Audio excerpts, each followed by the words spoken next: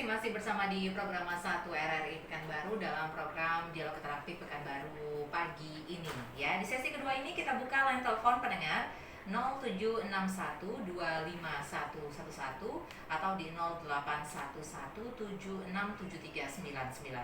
Ya, topik kita pada pagi hari ini yaitu penyaluran dan digitalisasi PKH atau program Keluarga Harapan. Kita buka penelpon ya, Pak Jasman dan juga Pak Adrianto. Selamat pagi. Halo, selamat pagi. Halo. Iya, halo. Selamat pagi dengan Bapak siapa di mana ini? Boleh kecilkan radionya, Bapak? Volume radionya? Oh ya, sebentar. Iya, biar tidak feedback. Ya, baik. Ya, dari Pak Narto Lubuk Dalam. Pak Narto di Lubuk Dalam. Mungkin menjauh saja dari radio, Bapak, biar tidak sudah. Baik, Pak Narto di Lubuk Dalam. Silakan Pak Narto. Jadi gini, saya adalah peserta dari PKH, tapi atas nama istri saya. Nah, terus sudah 2 tahun istri saya itu meninggal dan sekarang saya disetop sebagai peserta PKH. Apakah itu sudah betul menurut prosedurnya? Oke. Terima kasih. Baik. Baik.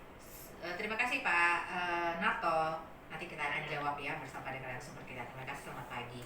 Baik, silakan untuk Anda pendengar 0761251111 atau di 081176739991. Ada Pak Narto tadi di Lubuk Dalam 2 tahun dari PKH. Mungkin beberapa bulan ini ya istrinya meninggal dunia atas nama istri. Nah, ini seperti apa? Di stop ya untuk menerima PKH-nya. Ini seperti apa? Sesuai dengan prosedur atau tidak? Baik, dijawab oleh siapa? Pak Jasman atau Pak Adrianto? Silakan. Mungkin saya nanti ditambahkan oleh Oke. Pak Anto. Untuk Pak Narto di Lubuk Dalam, dalam kasus seperti yang disampaikan oleh Pak Narto tadi, pada dasarnya ketika KPM meninggal dunia, itu sebenarnya bantuannya tidak hilang, ya, tidak hilang. Cuma karena bantuan tadi adalah berupa digitalisasi tadi melalui bank, ya, melalui Himbara. Ini sebenarnya yang harus dilakukan adalah pergantian pengurus, ya. Nah, dalam pergantian pengurus tadi ada proses yang dilewati, ya. Pertama tentu dalam pergantian pengurus harus diurus dulu administrasi kependudukannya, yaitu surat keterangan kematian. Nah, ketika mengurus surat keterangan kematian, otomatis sebenarnya rekening yang bersangkutan itu otomatis itu tidak dapat menyalurkan bantuan lagi. Nanti akan terbit rekening baru, ya, di mana rekening ini nanti yang akan menyalurkan bantuan atas nama pergantian pengurus tersebut. Cuma dalam prosedur ini memang kadang-kadang inilah yang menjadi persoalan di masa digitalisasi tadi. Seharusnya kan ini dalam pergantian seperti itu hanya menjalani proses sekitar 14 hari, tapi sampai berlarut-larut. Mungkin tadi pada kasus Bapak tadi karena memang sudah dilaporkan tentang kematiannya sehingga bantuannya sudah di stop, tapi proses daripada perpindahan pengurusnya belum terjadi sehingga bantuannya otomatis tidak diterima oleh Bapak ini sampai 2 tahun. Kira-kira begitu. Dengan Pak Anto. Baik, silakan Pak Anto. Ya. Betul sekali apa yang disampaikan oleh Pak Jasman tadi. Ini juga pernah terjadi di Kota Pekanbaru, ada hal seperti itu. Maka salah satu solusi atau mengatasi permasalahan kondisi yang oleh Bapak Narto tadi, yang pertama sekali Pak Narto harus membuat atau mengurus akte kematian istrinya. Karena PKH itu memang sinkron dengan Dukcapil dia. Nah, ketika kita belum mengurus akte kematian istri dan istri telah dilaporkan di TKS itu sebagai meninggal dunia, maka ini masuk kategori data anomali. Data anomali itu merupakan peserta PKH yang sudah meninggal dunia. Itu memang tidak berhak untuk mendapatkan bantuan karena orangnya sudah meninggal dunia. Maka pendamping, ini PKPM ini kan punya pendamping memiliki peran lagi, yaitu harus mengganti pengurus yang meninggal dunia tadi dengan salah satu anggota keluarganya. Salah satu anggota keluarga itu diprioritaskan adalah perempuan yang dewasa yang ada dalam rumah tangga tersebut.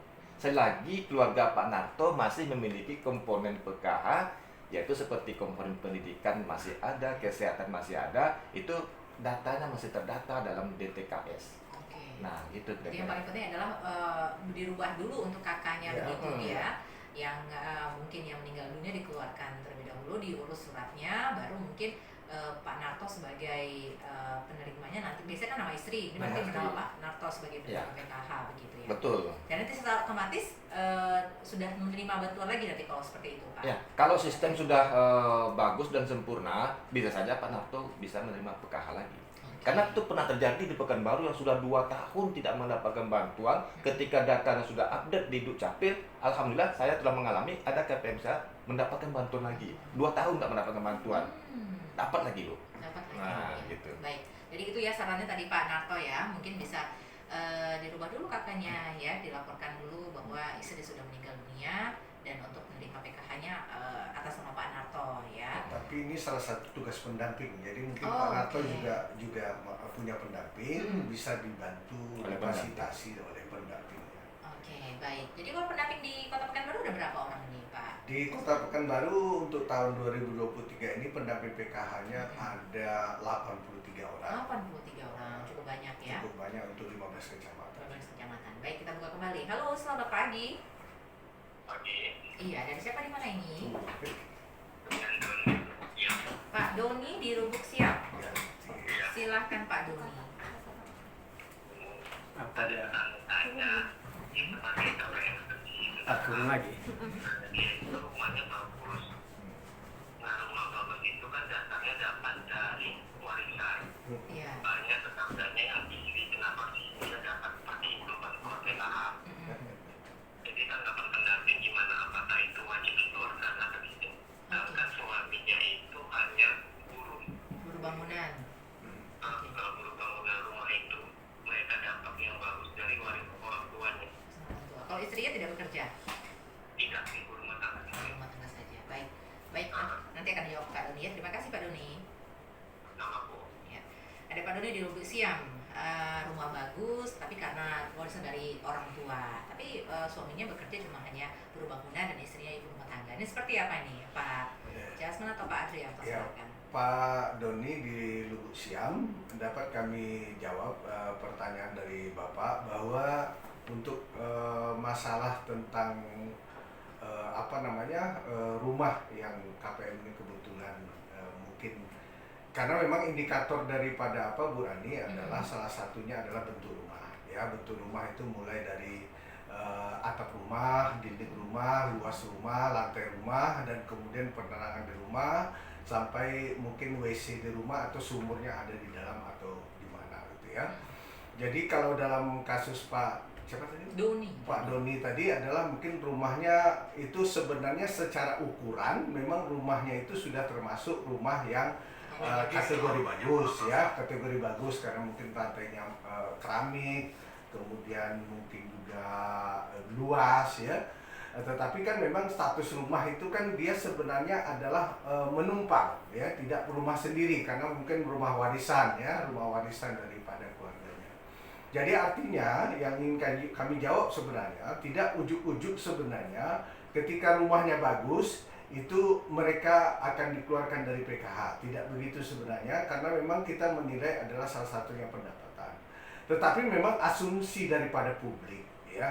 Karena memang sekarang ini Bu Rani untuk paham karena program digitalisasi di dalam setiap masyarakat sekarang yang sudah di era online ini itu mereka bisa mendownload aplikasi Cek Bansos. Nah di Cek Bansos tadi ada menunya adalah menu usul sanggah ya. Jadi makanya ketika misalnya menemukan data di DTKS tersebut mungkin yang dia kenal, kemudian dia melihat kehidupannya mungkin rumahnya bagus, mereka bisa melaksanakan usul sanggah tadi, menyanggah orang tersebut tidak layak untuk menjadi keluarga miskin. Nah, ketika tidak diklarifikasi oleh di sini namanya ada operator SIG-NG di Dinas Sosial, itu otomatis di Kementerian Sosial nanti datanya otomatis akan dikeluarkan dari DTKS. Jadi makanya ini masih ada peran pendamping dalam hal menyampaikan secara data di DTKS bahwa orang tersebut memang memiliki rumah ini, tapi status rumah bukan milik sendiri, tetapi status rumah adalah menumpang, adalah milik merupakan milik keluarga. Ya, jadi makanya mereka tidak otomatis itu, karena memang dari segi lain, misalnya dari segi pendapatan, pekerjaan dan juga lain-lainnya, itu mereka masih layak untuk menjadi KPN. Ya. Oke, mungkin Pak Adrian tuh ada menambahkan. Apakah pernah terjadi juga di Kota Pekanbaru? Rata-rata mengalami seperti ini juga. Nah, cuma cara kami pendamping mengatasi permasalahan ini, tentu kami pendamping harus melakukan penelitian lagi. Penelitian yang kami lakukan itu bisa saja seperti kasus yang Pak Doni sampaikan tadi, bisa saja dia dikeluarkan dari PKH, bisa saja dia masih menerima PKH. Jadi artinya 50-50. Ketika kami melakukan penelitian di lapangan, seorang ibu tadi yang notabene rumahnya mewah, boleh kata rumah bagus, tapi bukan rumah milik sendiri, rumah warisan tadi. Kalau kita lakukan penelitian dari hari ke hari, dia kehidupannya sudah menunjukkan ke arah yang lebih bagus. Kemudian belanjanya pun nampak belanja yang bisa beli daging, bisa beli ayam, kemudian beli pakaian pun mungkin sekali sebulan ada, itu sudah mengarah ke sejahtera. Tetapi kalau dalam hasil penelitian kami, makan pun dia susah, kemudian tidak ada pertumbuhan peningkatan dalam kehidupan sehari-hari, dari hari ke hari, dari bulan ke bulan, itu mungkin masih berhak untuk mendapatkan bantuan ya. Tapi kalau sudah menunjukkan ke arah yang lebih sejahtera, ya tentu itu tadi ada komplain masyarakat juga. Ya, bulan depan dia mau beli sepeda motor, kemudian beli perabot-perabot rumah tangga lagi, itu dari hasil kerjanya itu sudah menunjukkan hal-hal yang sejahtera. Itulah penelitian seperti itulah yang kami lakukan selaku pendamping, sehingga masyarakat-masyarakat yang lain tidak ada komplain-komplain. Tapi kalau seandainya dia masih kehidupannya semakin terpuruk, maka itu dia masih bisa mendapatkan bantuan PKH. Nah, itulah tugas kami pendamping di lapangan. Oke, jadi dari segi bukan hanya dari rumah saja dilihat ya, tapi dari segi penghasilan, pekerjaan, penghidupan yang calon penerima PKH dan lain sebagainya. Jadi Betul. banyak unsur-unsur bagi untuk penerima PKH ini ya, Bapak Jasman dan juga Pak Adrianto. Baik, kami juga masih undang Anda, silakan 0761251111 atau di 0811767391 pendengar. Anda bisa bertanya seputar topik kita, yaitu penyaluran dan digitalisasi PKH ya. Selamat pagi Pro 1. Assalamualaikum. Waalaikumsalam warahmatullahi wabarakatuh. Dan siapa di mana nih Bapak? Dari Pak Andi, Pekanbaru. Pak Andri di Pekanbaru. Andi, baik Pak Andi silakan. Itu yang mau saya tanya itu, kalau orang yang program PKH-nya harus angka, misalnya kalau saya di Pekanbaru, berarti harus kakak Pekanbaru, ya kan? Terus di sekitar ini ya, dia punya motor 3, bisa kredit rumah, tapi itu kok bisa dapat juga, gimana itu? Ada terjadi di wilayah Bapak? Iya. Oke, wilayah Bapak Pekanbaru di kecamatan apa Pak? Kalau bilangnya nanti tahu lah, nanti saya jadi saksi juga. Tapi untuk untuk pendampingnya seperti apa tuh? Ada aktif datang? Datang juga, saya kan dalam tunanetra. Oh, oke, baik, baik. Kalau Bapak Andi sendiri penerima PKH? Saya kan nggak punya kakak ini. Oh, nggak punya alasannya. Baik, nanti kita akan jawab ya bersama dengan narasumber kita. Terima kasih Pak Andi. Baik, Waalaikumsalam warahmatullahi wabarakatuh. Silakan mungkin Pak Adrianto atau Pak Jasman. Saya dulu mungkin. Iya. Pak Andi, memang yang disampaikan Pak Andi tadi, memang administrasi kependudukan adalah sesuatu yang mutlak bagi penerima PKH khusus di setiap daerah. Ya. Jadi kalau dia penerima PKH di Kota Pekanbaru, dia harus memiliki KTP dan KK Kota Pekanbaru. Dan apabila dia berpindah tempat nanti, misalnya itu ketika dia mengurus data kependudukan di wilayah tempat dia berpindah, misalnya berpindah ke Kampar misalnya, itu mengurus KTP Kampar, otomatis DTKS-nya akan pindah ke Kabupaten Kampar. Ya. Jadi artinya ketika dia sudah terdaftar di DTKS akan pindah seperti itu. Jadi macam Pak Andi memang untuk masuk menjadi peserta PKH karena memang berKTP luar Kota Pekanbaru, maka segeralah mengurus KTP Kota Pekanbaru, kemudian segera masuk dalam data DTKS, itu menurut saya. Kemudian kritikan Pak Andi tadi tentang persoalan banyak mungkin KPM PKH ini yang terlihat mungkin penghidupannya sudah lumayan, misalnya motornya 3 ya, kemudian juga bahkan mungkin ada mobil di rumahnya. Ini terus terang Bu Rani, memang persoalan ini persoalan yang selalu menjadi kritikan terhadap data PKH ini di setiap daerah, bukan hanya di Kota Pekanbaru, di setiap daerah. Dan salah satu tugas daripada pendamping tadi sebenarnya adalah tadi melakukan semacam verifikasi terhadap data daripada KPM yang bersangkutan. Tetapi kadangkala tidak seperti terlihat. Ya, misalnya ketika dilihat motornya 3, kemudian didatangi oleh pendamping ke rumahnya, kemudian melihat kepemilikan motor tersebut itu bukan milik KPM tersebut. Jadi makanya kita juga bisa, ini bukan motor saya Pak, ya. Ada kadang mobil di rumahnya, misalnya itu dia bilang mobil keluarganya dititip di situ. Kami lihat BPKB-nya dan STNK-nya memang bukan atas milik dia, gitu ya, misalnya.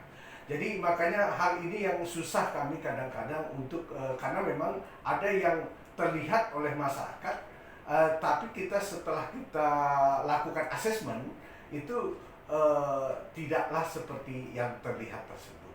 Jadi makanya kita butuh sebenarnya yang kita butuhkan untuk mengeluarkan KPM itu adalah selain daripada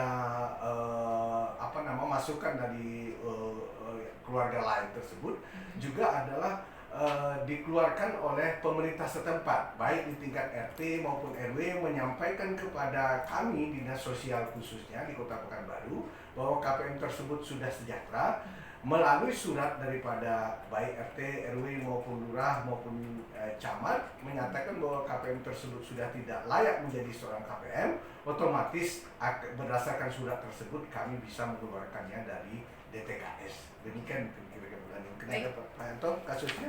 Silakan. Ya. Terima kasih, sedikit saya tambahkan juga kasus yang disampaikan oleh Pak Andi tadi.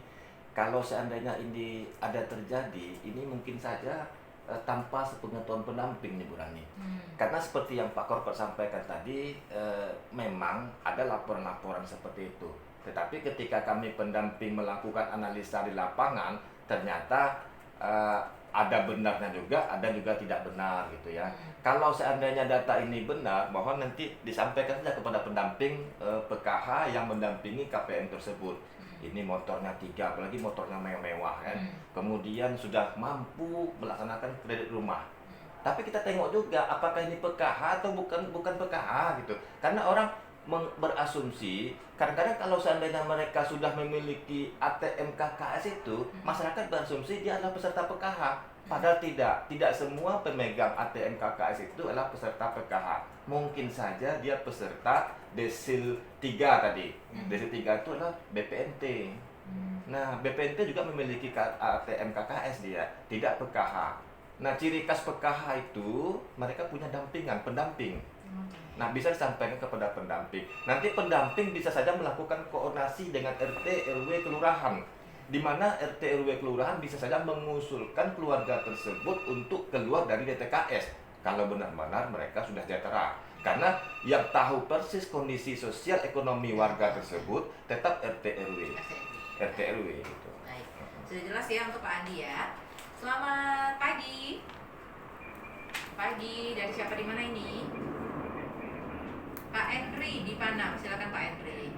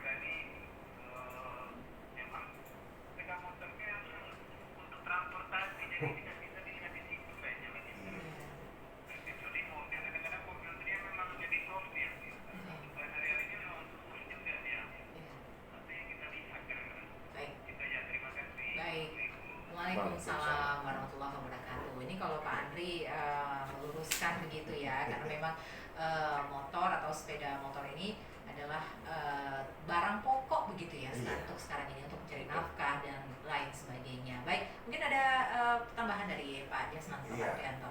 Terima kasih mungkin Pak Andri sudah menyampaikan pendapatnya. Saya kira juga itulah yang kita alami di lapangan, sehingga kritikan-kritikan terhadap data yang kurang tepat sasaran, yang seperti tadi secara penglihatan di rumahnya ada mobil, kemudian juga ada motornya ada 3-4 misalnya, gitu ya. Jadi seperti itulah tadi yang kondisi-kondisi di tengah masyarakat yang kita jumpai. Juga dapat kami sampaikan sebagai tambahan sebenarnya Bu Rani, sebagaimana disampaikan oleh Pak Anto tadi, sebenarnya adalah kita juga setiap selalu dikritik oleh orang ini karena memang bantuan apapun namanya, masyarakat itu tahunya bantuan PKH, padahal sebenarnya tidak seluruh bantuan PKH, ya. Termasuk pada zaman COVID kemarin juga mereka dapat bantuan COVID dari Pemko, itu dia nyatakan dia menerima PKH. Jadi makanya PKH ini sudah booming di tengah masyarakat, tapi pengertian PKH tadi terlalu luas. Mungkin secara bisa saya ibaratkan sebenarnya apapun, kalau dalam kita bisa ngiklan misalnya apapun minumannya tetap itu juga yang disebutnya gitu ya. Jadi padahal sebenarnya bukan minuman itu sebenarnya yang dia maksud. Jadi apapun jenis bantuan, masyarakat tahunya bantuan PKH. Tapi sebenarnya bantuan PKH itu adalah bantuan yang memiliki komponen tadi, bantuan bersyarat yang syaratnya adalah memiliki komponen, ya, memiliki komponen. Sepanjang mereka memiliki komponen, maka mereka mendapat bantuan tersebut. Dari Kementerian Sosial kan banyak bantuan ya, Pak Jasman dan juga Pak Adrianto. Berarti ini misalnya, ya saya contohkan lagi, misalnya saya penerima PKH, apakah juga berhak atau bisa juga untuk menerima bantuan-bantuan dari dari Kementerian Sosial lagi, atau seperti apa nih Pak Jasman dan Pak Adrianto? Sebenarnya PKH itu adalah bantuan paling dasar yang harus diterima.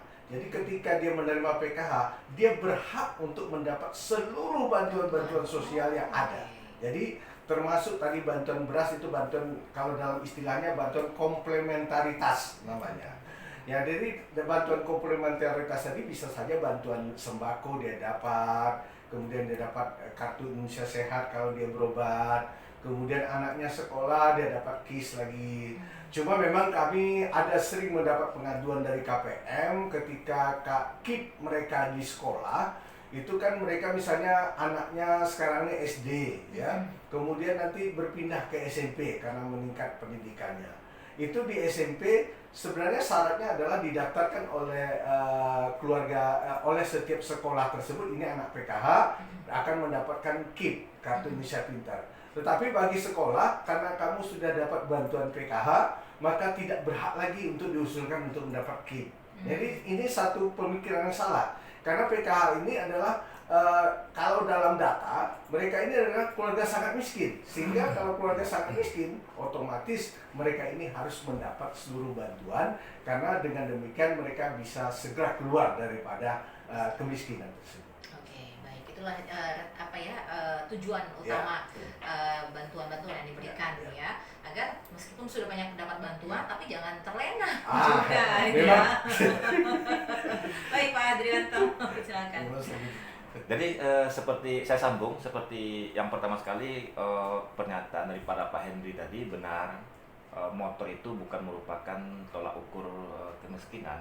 Saya setuju saja, tapi kita harus tengok juga, kalau seandainya motornya banyak, tentu ya nggak berhak lagi mendapatkan bantuan. Nah ini yang dari konsep Pak Henry tadi. Terima kasih Pak Henry, mungkin telah memberikan apresiasi juga pada PKH gitu ya. Yang saya menyambung apa yang disampaikan Pak Koko tadi, kenapa anggota PKH itu harus wajib mendapatkan seluruh komponen bantuan. Memang iya Bu, karena tujuannya, salah satu tujuannya adalah kita mengkeroyok memberikan bantuan kepada KPM ini agar KPM ini bisa keluar dari kemiskinan. Kalau dia sudah mendapatkan bantuan, nah kita berharap dia ini bisa sejahtera. Ketika dia sejahtera, dia kan bisalah dia membantu orang lagi keluar dari lingkar kemiskinan, dan secara otomatis tentu kita pemerintah mengurangi angka kemiskinan. Itu tujuannya. Tapi kalau seandainya ada program pemerintah yang tidak membolehkan PKH mendapatkan bantuan, ada juga. Salah satunya seperti ada program-program lain tuh ya, pengkat itu memang kita akui memang nggak boleh. Seperti dulu ada namanya UMKM tahap apa ya, kalau sudah dapat PKH nggak lagi gitu. Itu kalau sudah sistem menyatakan seperti itu, ya baru PKH nggak dapat bantuan. Tapi kalau nggak sistem, kita keroyok dia untuk mendapatkan semua bantuan dengan tujuan dia keluar dari lingkar kemiskinan.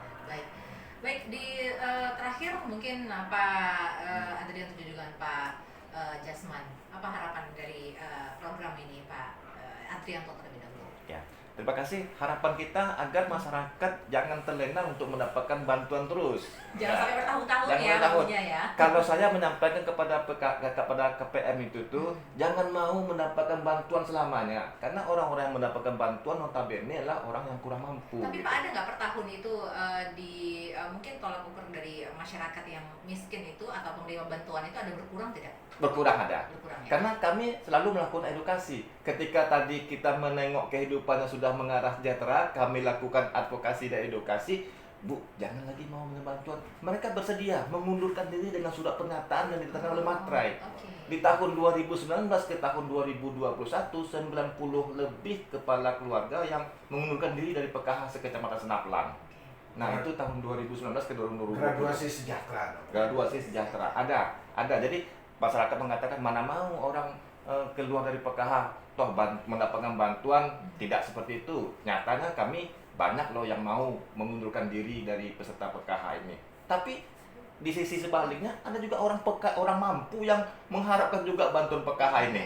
Jadi kami harapkan kepada yang sudah mampu, sudah cerdas, janganlah mendapatkan bantuan PKH lagi. Kita berikan bantuan ini kepada yang berhak menerimanya. Siapa yang berhak menerimanya adalah orang-orang yang kurang mampu atau notabene bahasa kita adalah orang keluarga miskin. Begitu, Bu. Baik, silakan Pak Jasman mungkin. Kalau harapan saya adalah khusus masalah data tadi ya, karena memang kita selalu dikritik masalah data, kurang tepat sasaran tadi. Karena pemutakhirannya sekarang ini data itu sudah melalui musyawarah kelurahan. Kami berharap kepada stakeholder baik di tingkat RT, RW dan lurah di setiap kelurahan di Kota Pekanbaru untuk segera bisa melakukan pemutakhiran setiap bulan, karena sekarang ini sudah setiap bulan dilakukan pemutakhiran. Jadi kalau ada KPM tersebut sudah tidak layak menjadi KPM PKH, keluarkan dari PKH. Kalau seandainya ada keluarga baru yang dulu dia belum miskin sekarang masuk menjadi keluarga miskin, maka masukkan mereka sehingga kita tidak dikritik bahwa datanya itu saja yang orang yang mendapat bantuan. Jadi makanya itu harapan kami kepada seluruh stakeholder yang ada, bagaimana supaya kita bisa memiliki data yang valid dan data yang tidak bisa dilakukan kritikan oleh siapapun, karena memang datanya sangat valid sekali. Oke, baik. Jadi jangan kita sudah menerima bertahun-tahun PKH, ketika diukur oleh tim dari pendamping sudah mampu, aduh Pak, nggak usah Pak, saya masih mau menerima PKH. Jangan ya. Banyak kejadian tuh. Banyak kejadian seperti itu, tapi jangan ya. Kita harus merubah juga pola pikir masyarakat. Salah satu harapan saya ini jangan bangga menjadi peserta PKH. Itu menurut saya. Ya. Jadi artinya memang ada muncul, karena saya di tingkat kota sih melihat loh, bangga menjadi KPM PKH. Saya kira bukan bangga. Tapi harus malu menjadi peserta PKH, karena memang itu adalah bantuan untuk keluarga miskin. Terima kasih Pak Jasman, terima kasih juga Pak Adrianto, terima kasih, semoga ini juga bermanfaat untuk masyarakat, seluruh masyarakat Kota Pekanbaru ya. Selamat bekerja kembali ya Pak. Terima kasih Bu Rani. Baik, kami cukupkan program Dialog Interaktif Pekanbaru pagi ini. Pendengar, terima kasih kebersamaan Anda, selamat pagi dan sampai jumpa. Pekanbaru.